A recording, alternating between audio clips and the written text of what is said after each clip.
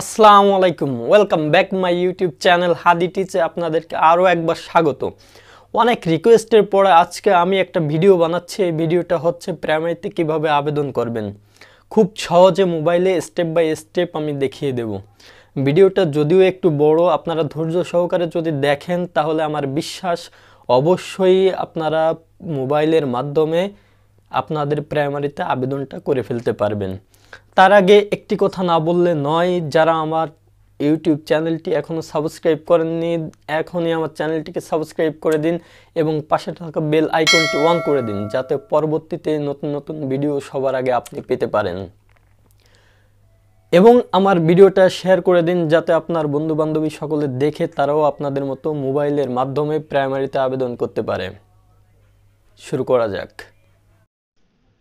সরাসরি যখন লিঙ্কে ক্লিক করবেন প্রাইমারিতে, তখন এরকম একটা ফরম্যাট আসবে। যখন এরকম ফরম্যাট আসবে আমরা কি করব, প্রাইমারিতে আবেদন করব। এই জন্য আমরা সরাসরি এই যে তিনটা আছে, একটা অ্যাডভার্টাইজমেন্ট, একটা ইনস্ট্রাকশন, আর এই যে নিচে যেটা দেখতে পাচ্ছেন অ্যাপ্লিকেশন ফর্ম, সরাসরি অ্যাপ্লিকেশন ফর্মে ক্লিক করবেন। অ্যাপ্লিকেশন ফর্মে এই যে চলে যাচ্ছেন। যখন অ্যাপ্লিকেশন ফর্মে যাবেন, অ্যাপ্লিকেশন ফর্মে যাওয়ার পরে এই যে প্রথমে চলে আসছে, দেখতে পারবেন এখানে পোস্ট অফ নেম দেওয়া আছে। পোস্ট অফ কি, অ্যাসিস্ট্যান্ট টিচার, এটা ক্লিক করে দেবেন।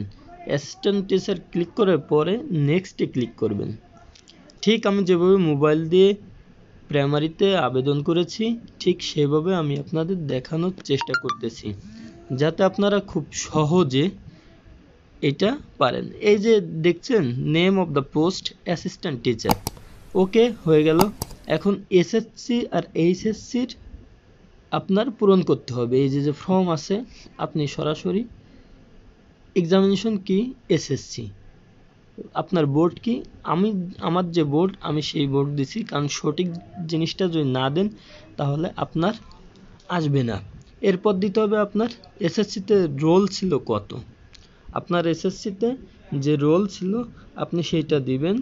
আমার এসএসসিতে যে রোল ছিল সেটা আমি এখন দিয়ে দিচ্ছি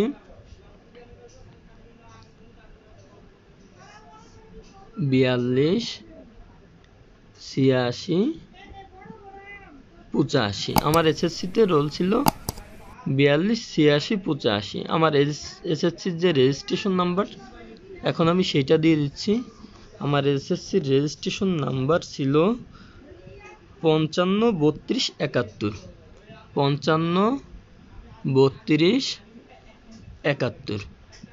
হ্যাঁ, আমার দেয়া হয়ে গেল। এরপরে এখানে আমি কত সালে পাস করেছি সেটা দিতে হবে, পাসিং ইয়ার। আমাদের এসএসসি পাসিং ইয়ার হচ্ছে 2011। এই যে দেখতে পারবেন, এই যে পাসিং ইয়ার, registration number, roll number, board এবং এক্সামিনেশন, কোন এক্সামিনেশন। এই সাইডে আবার এই যে দেখতেছেন এই যে লাল চিহ্ন দেওয়া, এগুলো সবই পূরণ করতে হবে। এইচএসসিটায় আপনি এরকম দেবেন এইচএসসি। এরপরে আপনার যে বোর্ড, আপনি আপনার বোর্ড দিবেন। এরপরে আপনার এইচএসসিতে যে রোল নাম্বারটা ছিল আপনি সেম একইভাবে আপনার এইচএসসির রোল নাম্বারটা দিবেন। দেখেন আপনি কি করলেন, আপনি দিচ্ছেন আপনার এসএসসি এইচএসসি সকল ডকুমেন্টস এখানে আপনি দিলেন। সঠিক দেওয়ার পরে আপনি নেক্সটে ক্লিক করলে যদি আপনারটা সঠিক হয় তাহলে অটোমেটিকলি আপনার এই তথ্যটা এই যে আপনার সব কিছু এই যে চলে আসছে। এই দেখছেন আপনার নাম, আপনার পিতার নাম, আপনার মাতার নাম, আপনার ডেট অফ বার্থ, আপনার জেন্ডার, অল এভরিথিং চলে আসছে। আপনার যদি কোনো কোঠা থাকে তাহলে আপনি কোঠার এখানে ইয়েস করে দিবেন, আর যদি না থাকে তাহলে ডিরেক্ট নো দিয়ে দিবেন। আমার যেহেতু কোঠা আছে সেহেতু আমি আমার কোঠাটা আমি দিয়েছি। এর ইয়েস দিলে তখন চলে আসবে যে কোন স্কুলে আমার পিতা জব করেছে। আমি এই যে বাউসোনা গভর্নমেন্ট প্রাইমারি স্কুল, এটা আমি দিয়ে দিলাম। এরপরে চলে আসবে রিলেশন কি, আপনার পিতার সাথে আপনার মানে আপনার মাদার হলে মাদার দিবেন, আপনার ফাদার হলে ফাদার দিবেন, যে রিলেশন থাকবে তার সঙ্গে আপনি সেটা দিয়ে দিবেন। এখন ফ্রিডম ফাইটার আমার এটা নেই, আমি তাই নো দিলাম। আপনাদের যদি থাকে ইয়েস দিবেন এবং কোথায় যুদ্ধ করছে, কি দেখি, সব রিলেশন কি, অল এভরিথিং এখানে আপনি দিয়ে দেবেন। ফিজিক্যালি চ্যালেঞ্জড এই যে যেটা আছে, এটা হচ্ছে কি আপনার যদি ফিজিক্যাল কোনো প্রবলেম থাকে, আপনি যদি প্রতিবন্ধী হয়ে থাকেন তাহলে এখানে ইয়েস দিবেন, আর তাই না হলে দিবেন ফিজিক্যালি চ্যালেঞ্জ নো। আপনি বাংলাদেশি, আপনার ন্যাশনাল আইডেন্টি কার্ড থাকলে আপনি দিবেন অবশ্যই ইয়েস দিবেন, এবং এখানে দিয়ে আপনার ন্যাশনাল আইডি কার্ডের যে নাম্বারটা আছে, আমি আমার যেটা আছে আমি এটা দিয়ে দিছি, আর যাদের নেই তারা দিবেন নো। এরপরে যেহেতু ন্যাশনাল আইডি কার্ড দিলে ডেট অফ সার্টিফিকেট এখানে দেবেন নো। আপনি যদি ম্যারিড হন তাহলে ম্যারিটাল স্ট্যাটাস দিবেন ম্যারিড, আর যদি সিঙ্গেল হন তাহলে দিবেন সিঙ্গেল, বা যে কোনো একটা দিলে হয়। আমি সেটা দিলাম, আপনি যেটা আপনি সেটা দিবেন। এরপর আপনার যে পার্মানেন্ট অ্যাড্রেস আছে, প্রেজেন্ট অ্যাড্রেস, দুটোই সেম দেবেন। আর যেহেতু যদি কোনো মেয়ে আবেদন করে, তার যদি বিয়ে হয়ে থাকে, অবশ্যই সেজন্য তার স্বামীর বাড়ির ঠিকানা দেয়, পার্মানেন্ট এবং প্রেজেন্ট। তাই না হলে এক জায়গায় সংসার করবে আর এক জায়গায় শিক্ষকতা করা, এভাবে হয় না। নিশ্চয় আপনি কার নামে দিবেন, লেট এমডি আকরামুজ্জামান আপনি দিলেন। এরপরে আপনি আপনার দেবেন ভিলেজ পোস্ট বাউইসোনা, আমি আমারটা দিই। আপনার ভিলেজ আপনি দিলেন, ভিলেজ দেওয়ার পরে আপনি আপনার ডিস্ট্রিক্ট দিবেন, ডিস্ট্রিক্টটা আপনি খুঁজে দেবেন, আপনার যে ডিস্ট্রিক্ট আপনি সেই ডিস্ট্রিক্ট খুঁজে দেবেন, আমি আমার ডিস্ট্রিক্টটা খুঁজে দেব। এভাবে হচ্ছে দিতে হবে। আমার ডিস্ট্রিক্ট যেহেতু নড়াইল, আমি নড়াইল ক্লিক করব। এরপরে পোস্ট অফিস, এইটা আপনি দিবেন, আপনার পোস্ট অফিস কোথায় আপনি সেটা দিবেন। আপনি দিলেন উপজেলা, উপজেলা কি, উপজেলা আমার কালিয়া, আমি কালিয়া দিয়েছি। আপনি আপনারটা দিয়ে দিবেন। আপনার পোস্ট অফিস, আমার পোস্ট অফিস বাউইসোনা, আমি বাউইসোনা দিয়েছি। এরপরে আপনার যে পোস্টাল যে কোড আছে, আপনি এই পোস্টাল কোড দিয়ে দিবেন। আমার যেহেতু পোস্ট অফিস কোড এই যে 7514, আমি এটা দিয়ে দিয়েছি। এটা দেওয়ার পরে এখন আপনার এই যে এখানে যদি আপনি সেম দিয়ে দেন, পার্মানেন্ট অ্যাড্রেস আপনি সেম দিয়ে দেবেন। দুটো যদি এক দেন তাহলে অবশ্যই দুটো এক দেওয়া লাগবে, তাই না হলে প্রবলেম হয়ে যাবে পরবর্তীতে। এখন দেখেন এই যে মোবাইল নাম্বারটা হচ্ছে খুবই ইম্পর্টেন্ট। কিছু এখন আপনার কিন্তু ওকে, আপনি একবার রিভিউ দিতে পারেন। আপনার এসএসসি এবং এইচএসসি সব তথ্য যদি ঠিক থাকে তাহলে সব অটোমেটিক এই যে হয়ে গেল, আপনি এগুলা সব দিয়ে দিলেন, ইয়েস দিয়ে করলেন। পার্মানেন্ট প্রেজেন্ট অ্যাড্রেস আমি আবারও বলছি আপনাদের সুবিধার্থের জন্য, এই যে দেখেন আমি যেভাবে দিয়েছি ঠিক সেভাবে আপনারা দিবেন। পার্মানেন্ট প্রেজেন্ট অ্যাড্রেস এক জায়গায় দেবেন, তাহলে খুব সুবিধা হয়, তাই না হলে অনেক সমস্যা হয়। এখন এই যে আপনার এসএসসি এইচএসসিতে আপনার এই যে রেজাল্ট ছিল, কত রেজাল্ট, এই যে সব কিন্তু ডিটেলস চলে আসবে।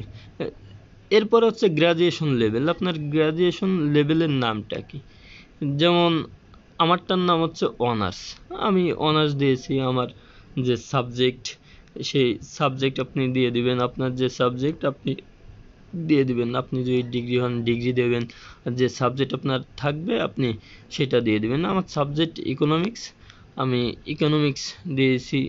আর ইউনিভার্সিটিতে আপনি যে ইউনিভার্সিটিতেই পড়েন না কেন, যদি ন্যাশনাল ইউনিভার্সিটির আন্ডারে হয় তাহলে আপনি অবশ্যই দিয়ে দিবেন ন্যাশনাল ইউনিভার্সিটি।